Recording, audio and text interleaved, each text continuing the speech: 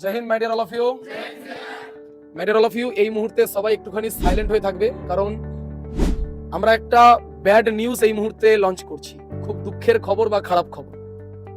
খবরটা কি, যে বেঙ্গল ফোর্স একাডেমিতে এই মুহূর্তে কোনো নতুন ক্যান্ডিডেটকে অ্যাডমিশন করানো আমাদের পক্ষে পসিবল হচ্ছে না, বা এক কথায় বলতে গেলে অ্যাডমিশন সম্পূর্ণরূপে ক্লোজ।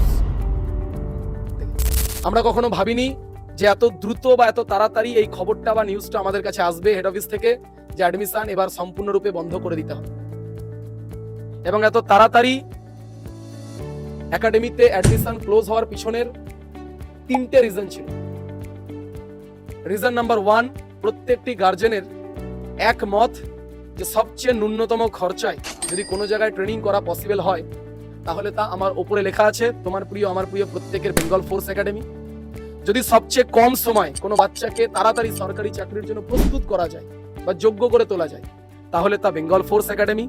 এবং যদি কোনো জায়গায় সবচেয়ে বেশি ডিসিপ্লিন এবং ঠিকঠাকভাবে শৃঙ্খলা সমস্ত কিছু মেনটেন করে একটা পরিবেশটাকে শৃঙ্খলাপূর্ণভাবে রেখে কোনো বাচ্চাকে ট্রেনিং করানো যায়, আর ভর্তি হওয়ার সময় কোনো অ্যাডমিশন চার্জ না নিয়ে, আর চাকরি পাওয়ার পর কোনো টাকা না নিয়ে, উইদাউট এনি ডকুমেন্ট না রেখে যদি ওয়েস্ট বেঙ্গলে কোনো একাডেমি বেঁচে থাকে শেষ পর্যন্ত, তাহলে বেঙ্গল ফোর্স একাডেমি।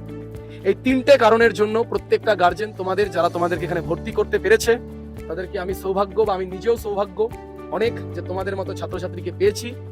আমরা একাডেমির উদ্দেশ্য খুব সৎ এবং নিট, যে কোনো বাচ্চা যদি 100 জন বাচ্চা এখানে ট্রেনিং করে, 100 জনাই যেন চাকরি পায়, আর 100 জনের গলাতেই যেন আমরা মাল্যদান করে তাদেরকে বিদায় যাত্রা দিতে পারি।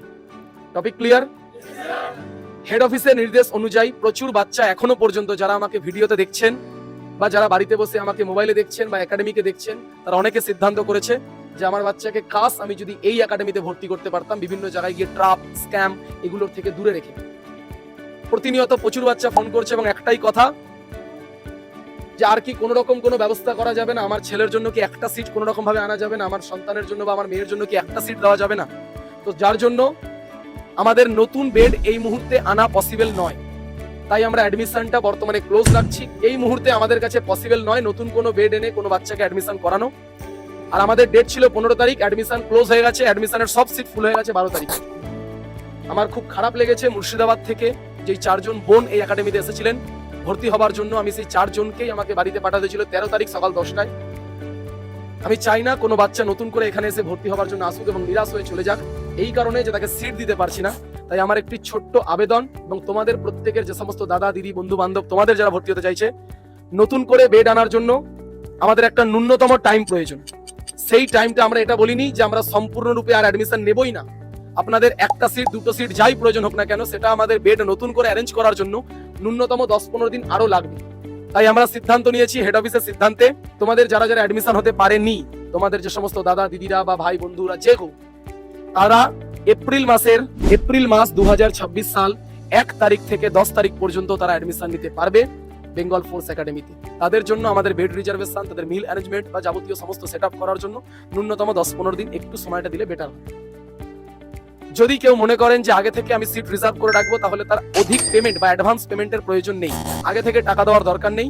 আপনি শুধুমাত্র নিচের দেওয়া যে মোবাইল নাম্বার রয়েছে 7363806949, এই নাম্বারে যদি কোনো ভাই বা বোন হোয়াটসঅ্যাপে মেসেজ করে বলে দেয় বেড রিজার্ভ, তাহলে তার বেডটি রিজার্ভ হয়ে যাবে, শুধু তার নামটা আমরা জিজ্ঞেস করতে পারি, সেই ক্যান্ডিডেটের বেড আমরা ধরে রাখবো, তার জন্য কোনো পেমেন্ট অ্যাডভান্সে করার দরকার নেই।